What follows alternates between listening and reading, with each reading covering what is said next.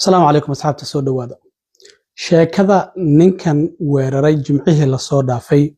xarunta hay'adda dowladda Mareykanka u qaabilsan cudurrada faafa xakameyntooda iyo ka hortagooda oo CDC loo soo gaabiyo maxay tahay sababta xarunta CDC uu ninkan u weeraray ninkan dhalinyarada ah oo cadaanka magaciisa waxaa la yiraahdaa Patrick Joseph White waa nin 30 jir ah jimcihii la soo dhaafay ayaa aabihii intuu 5 qori ka soo xaday ayuu waxa uu soo aaday xarunta hay'adda CDC-da oo ku taala magaalada Atlanta ee gobolka Georgia ninkan meel farmashi ah oo CVS la yiraahdo ayuu soo galay kadibna rasaas ayuu ooda kaga qaaday xarunta hay'adda CDC-da oo dowladda Mareykanka u qaabilsan xakameynta iyo waliba ka hortagga cudurrada faafa بوليس ayaa markiiba soo gurmaday ciidamo kala duwan ayaa yimid ninkaas wuxuu dilay askari boolis ah oo kamid ah askartii soo gurmatay oo waliba askari madow ah oo magaciisa la yiraahdo David Rose ninkaas oo waliba xaaskiisa uuray lahayd 2 caruurana ay u joogeen laakiin waxa la yaab noqotay ninkan qoryaha shanta ah oo aabihii ka soo xaday maadaama waalidiintii uu la noolaa isla markaana uu ku xarqiyay 6 dhisme oo kamid ah dhismayaasha xarunta hay'adda CDC-da in uu riday 500 oo rasaas ah inuu riday oo shantaasi qori ka riday laakiin halkaasi askari ayaa ku dhintay isaguna markii dambe waa uu istilay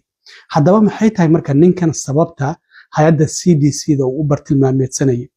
ninkan qoraallo laga soo helay gurigiisa markii la baaray maadaama waalidiintii uu la noolaa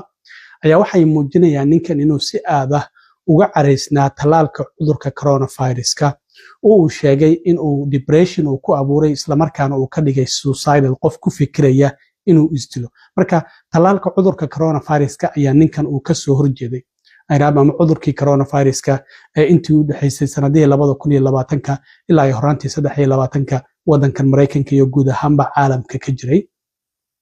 marka wuxuu yiri waxaan doonayaa shacabka inaan tuso sida aan uga soo horjeedo talaalkii cudurka coronavirus-ka marka waxa uu yiri cudurkaas sida muuqata ninkan waa uu qaatay marka waxa uu cudurro fara badan oo hayay ayaa waxa uu leeyahay waxa sabab u ah talaalkaasi aan qaatay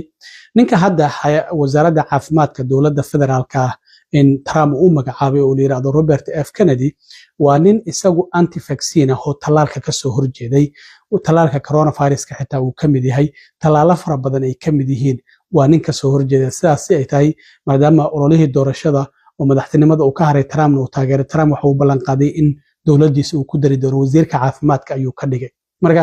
hadda Robert F Kennedy waa uu tagay Atlanta xaruntii CDC-da waa uu booqday hadda toddobaadkii la soo dhaafay oo idil waxa ay ka shaqeynayeen gurigooda shaqaalaha hay'adda CDC-da oo ma aysan imaanin iyaga naftooda mudaharaad ay sameynayeen waxay leeyihiin ninkan sababta ku sababtay inuu hay'adda CDC-da soo weeraro waxa kamid ah wasiirka hadda caafimaadka oo isaguna talaalka ka soo horjeeday حتى ninkan markii shootinka uu socdo toogashadu ay socotay aabihii ayaa 911 soo wacay oo dhahay waxaan u maleynayaa wiilkayga inuu yahay qofka in toogashadaasi geysanaya waxaan u baahanahay caawinaad marka already ninkaasi wuxuu fali karayba waa uu falay ugu dambeyntiina isagii waa uu istilay laakiin markii baaritaano lagu sameeyay waxa la ogaaday rasaasta uu riday sida aragtaan dhismayaasha qaar kamid ah daaqadahooda oo miraayada ah xabadihii ayaa ka muuqda 500 oo rasaas ayaa 6 dhismo oo kamid ah dhismayaasha xarunta hay'adda CDC-da uu ku riday laakiin halkaasi askari ayaa ku geeriyooday isaguna waa uu isdilay labadaas qof oo kaliya ayay wax ka soo gaareen askariga uu dilay iyo asagii oo isdilay isla markaana ma jirin cid kale oo ku dhaawacantay amaba ku dhimantay ugu dambeyntiina isagii waa uu istilay marka arintaas la yaab kale ayaa rabay inaad la socodsiyo aad iyo aad u mahadsantiin asxaabta intaan mar kale kulmi doono nabadgelyo